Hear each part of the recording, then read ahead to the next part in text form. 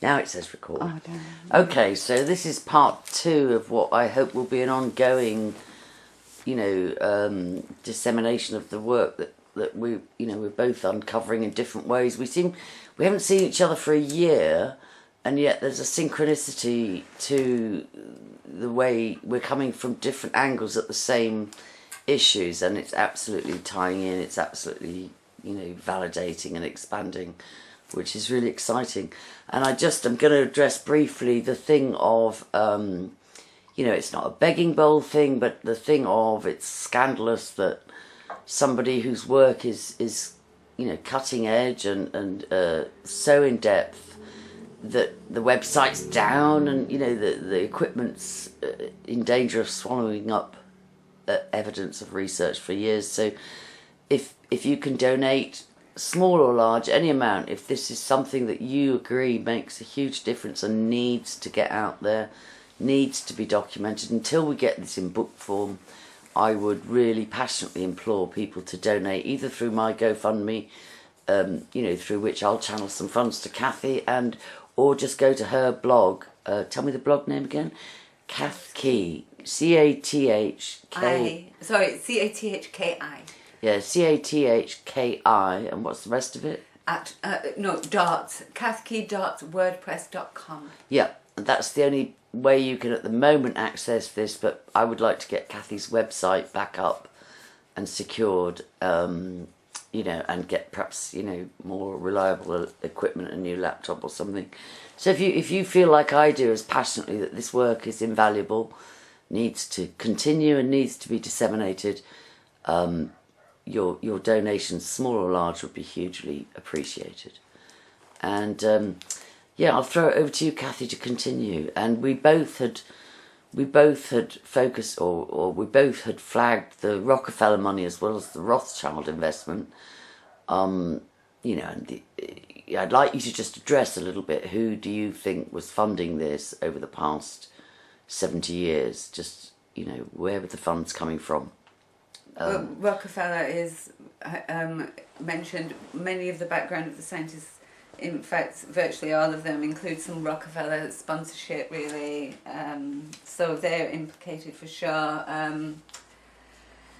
And of course, then there's the gestational Macy conferences, which have been known in the past. Macy's been known to generate funds for for projects via the CIA. I've done it through philanthropy and charitable funding. That was an example of it. So, and multi-millions have been put into this nefarious work and supposed clinical trials and attempts to conquer the human mind. Multi-millions. Yeah, there's a variety of sources. When you look into the backgrounds of these sort of upper echelons of control, which a doctor might be a scientist, a medical doctor, and part of a governmental organisation, they can pull in, you find in the backgrounds they're owning tobacco companies and oil wells, and the H.S. Rothschild was owned of tobacco. Heisneck, from another psychologist who was part of MKULTRA, funded by tobacco companies for a lot of research.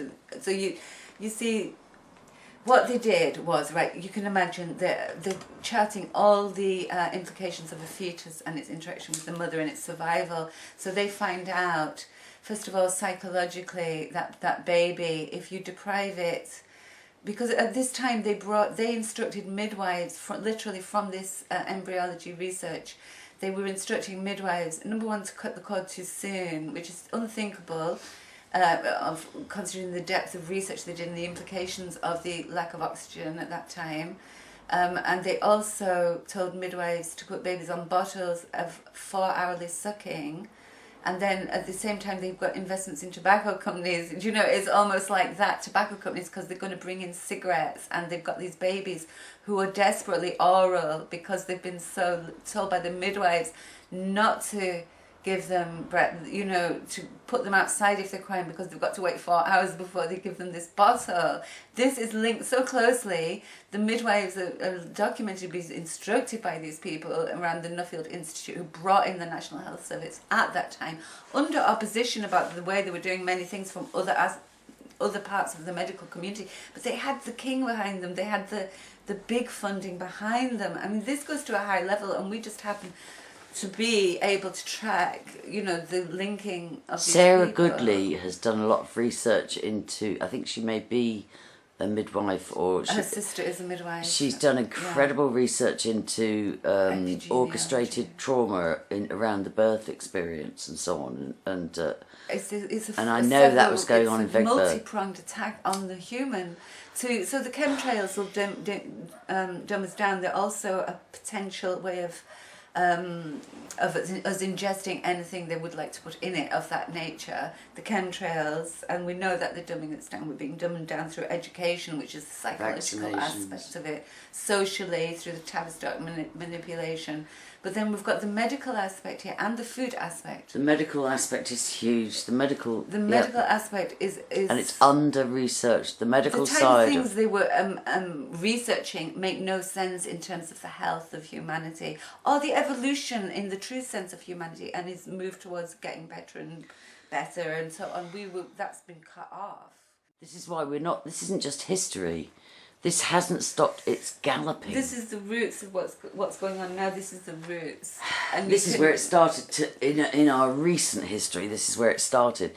But the Illuminati, or whatever the elite, whatever you want to call it, they're almost thinking we're nearly home and dry. We've nearly done it. Do you know what I mean? I would assert that the New World Order has already begun. Yes. You know. But anyway, I'll throw it back to you. And you pick up wherever. We're not going to cover all this in one go. But humanity got under a great boost from the war. But if you take the Second World War, the movement of Jewish doctors from Germany to England in this medical research that I'm looking at particularly is notable, really. And it was, funnily enough, a very close friend of Joseph Barkhoff's that brought in many of these scientists, vouched for them, asked for them, stood up for them, and not all of them were Jewish. There was one called Martha Vogt. Vogt was head of a department at the Kaiser Wilhelm Institute before she came over, and she was there when Einstein was there. I think she worked under Einstein, and Dale brought her over, and she ended up in the animal research laboratories. You see, Barkhoff was also studying gases and insecticides. So Lady Moran, for example, was researching mustard gas, but there's a big blur around the big push of insecticides and the research of gases, because they were the same chemical compounds. And they were also researching the serotonin, which is a neurotransmitter between the neurons, which is how the brain thinks, but they were also doing the electronic one, measuring at the same time. So looking at, and the hormonal, which is the serotonin, it went into the psychiatry. So you've got Joel Ellis looking at the psychiatric medication, and you know, he was working at Portendown too, and he was working for MKULTRA. And he was working on muscarines, which are the organophosphate drugs. Now, this is what all the Nazi experimentation was around, some of this, because not only was it agriculture and insecticide, it was also gas, and some of these drugs interfered with mind control. You've got to. I want to just give a shout out here to Sue H. Oakley. She's got a YouTube channel called Sue Free Woman, and she's got documents handwritten by her father about mustard gas and gases and his well, that links right in with the paperclip sciences. Yeah. And all the blur between, was it insecticide, was it was it a chemical weapon? You see, there's not much difference. So just before we conclude on the academic and the names and the committees and the funding, can you just give me a little bit of a take it back down personal, and then we'll go back to the evidence-based stuff.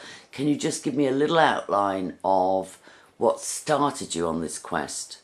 And, you know, just give, for those that haven't looked at your work or mine or understood, because I just want to make it clear that MKUltra research was A, involuntary, B, unethical, and C, totally traumatising and devastating for the subjects, whether they were military children, whether they were twins, whether they were psychiatric inmates, whether they were prisoners, you know, wherever they culled their involuntary subjects from, the fallout is phenomenal. It's devastating. So can you just give a little 2-minute thing on the personal level of what got you so impassioned about this? Okay, so the course that my life had taken started off as a child that felt something was dreadfully wrong, who was running away from home at the age of 6, and dreaming of her dad being part of an organisation of men that wore robes. I'd get the kids together and try and get resistant groups together because things were so weird as a child, and I was behaviourally brought up with behavioural control, and we got this amazing education with Latin and logic and languages, and until the age of 11 then we've shipped back off to Rochdale, our hometown. And then I meet up at 15, I run away and go and work at the Athenaeum Club, and all these scientists and members of the Athenaeum Club have these, you know, as well, which is so weird. And then I meet Niall, who's part of, really looks like is part of an MKULTRA linked program with his godfather.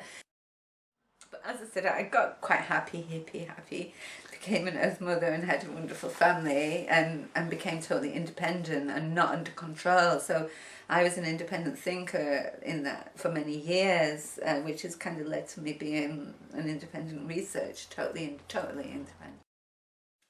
We're the ones I know. And there can't be that many sort of on the aisle. What we've gone through was so unique, and you know, whatever we were being prepared for, it's given us the skills to turn it around and start researching it ourselves. I mean, maybe because I do believe that they were engineering through this eugenics. We're trying to engineer, you know, great engineers or great mathematicians or someone who'd be in place as a politician or a journalist and so on. And I think there's some aspects of that in our background.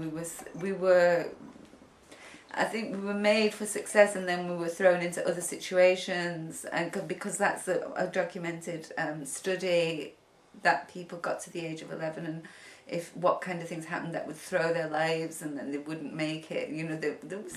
Part of mind control is to keep you always off centre, off balance. So it's a case of, it's not enough to just traumatise and shatter the psyche and the minds and separate and do all that in childhood. In order to keep us functioning as the roboticised, artificially orchestrated, gifted, controllable humans, is to keep reinforcing the trauma and to even have us internalise that we keep reinforcing the trauma. Well, on a massive scale. And I give read you alters through the media to go into the films and the multiplication of it to make it self-generating. Celebrities provide the alters that they want you to, and then they shatter you. And I read somewhere that because all through our formative years, like up to 7 ideally, but 12 you can stretch it to, if we only had serotonin from trauma,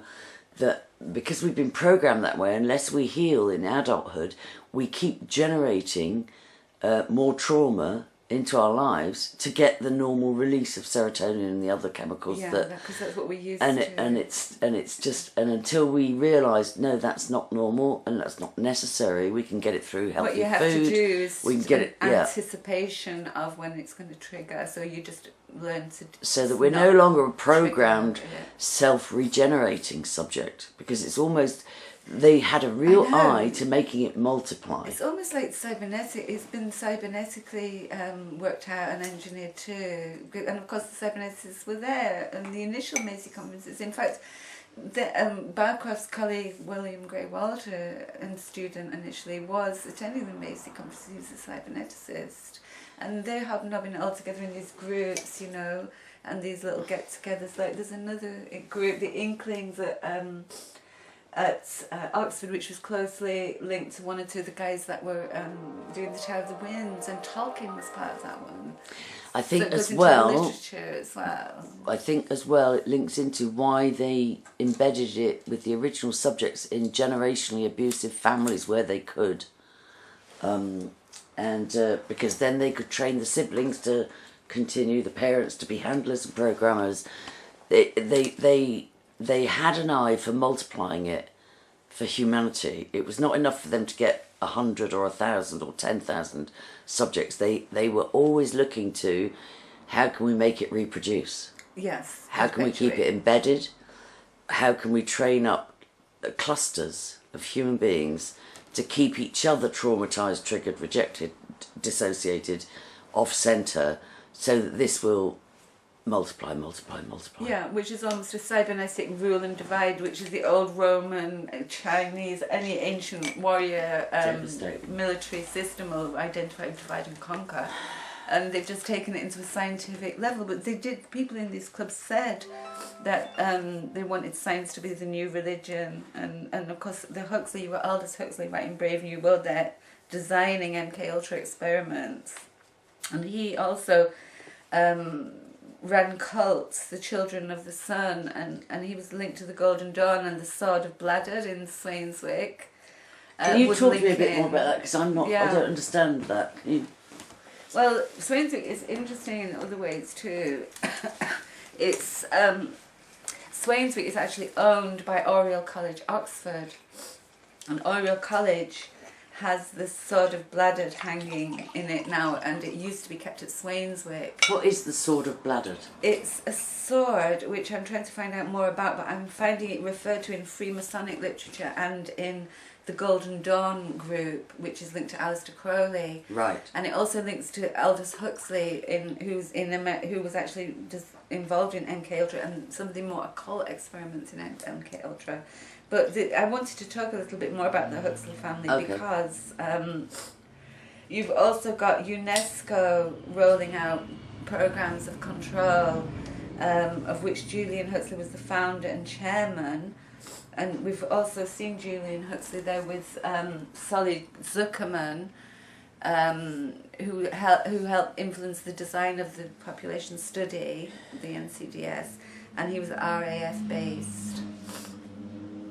And he did the big, huge chimpanzee study. It's like a big thick man. They've looked at every aspect of the brains and I haven't even had a chance to have a proper look. Anyway, but the sword is kept at Swainswick, and Rhodes scholarships are implemented at Oriel College. Fellows of Oriel College, the Rhodes scholars go there.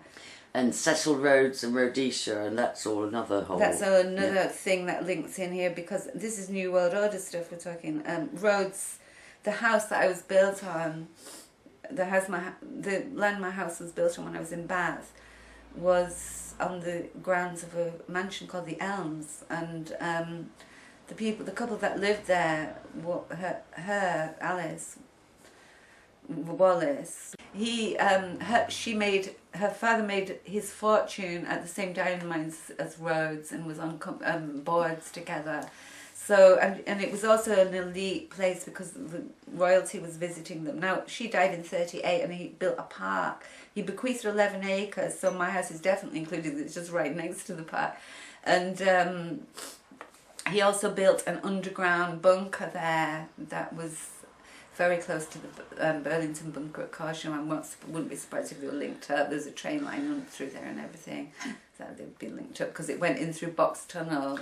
I was just going to say, I knew you were going to say Box Tunnel. Yeah, I knew you were going to say that. Park, and also the park keepers' cottages were designed by George Jellicoe, who was big Admiralty, big all sorts, big Warburg director. Anyway, that's going off topic a bit. Swainswick. Harold Wilson was a member of that Tots and Quats. What I identified, he was a later member of it. He was also, when I was in the Athenaeum Club, as a runaway 15-year-old waitress. I was serving him. He was in the dining room. What's Tots and Quats? I said identified an organisation that's bringing a lot of these people together in one group. And Solly Zuckerman, who designed the NCDS survey, was part of it. And Julian Huxley was part of it. Tots and Quats, that's a funny name. Who knows? And Lancelot Hodgman. There's a few more people I've not come... Frederick Lindemann was German, I think Jewish, and he was financed by British Oxygen, which, as I say, was funding the Bath Institute. Now, he was in Tops and Quarts, and he was also working with Henry Dale, and Dale was working with Andrew Huxley at the Plymouth Marine Centre, working on the nerve endings of giant squids so they could see how nerves worked. And what was Andrew Huxley to Julian and Aldous? A sibling. And we've also got a Hugh Huxley that was on a different department scientifically. I've got Another to look sibling? Into. Yeah, another Wow. sibling. Wow.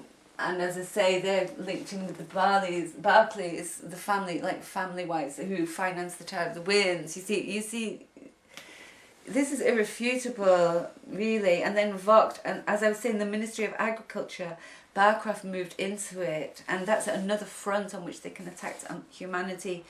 They've done tests that when they colonised India, that if they took the bit of B12 out of the grain, they'd already done tests, and that showed that in mental hospitals, that showed that if they took it out completely, the patient would just get violent. But if they just took a bit, if they left a bit in, they'd just get very unmotivated and depressed. But if they left enough in for them to operate, to have the motivation to operate, they can control mood through, and that's just one example of a substance. So they take over the food supply. It's very dodgy to me, you know. Absolutely. In the light of what else? But guess where the Ministry of Agriculture and Fisheries, when they joined it, they centralised the food supplies and the herds they were, you know, overseeing. They keep the records at the Oriel College, Swainswick, they said on the National Archives, the actual, and we're talking herds here now. They were literally researching foot and mouth as an offshoot. This Vogt, who was very much in this area of things, the food and the agriculture and the herds. And if you think about the Illuminati, they see themselves as the shepherds or the herdsmen And we're the of sheeple. humanity, and we literally The sheeple. and they're all zoologists as well as doing this other stuff, you know. The useless eaters. We're going to have to And wind this up. H.G. Wells was part of the Tops and Quarts, who wrote all this in kind of policy documentation as a what if, wouldn't that be great? I think people will agree this is exciting work. It's 4 o'clock. Cathy's got to go and attend to her daughter and you know, continue her life. But I'm definitely going to do everything I can to keep this research getting out.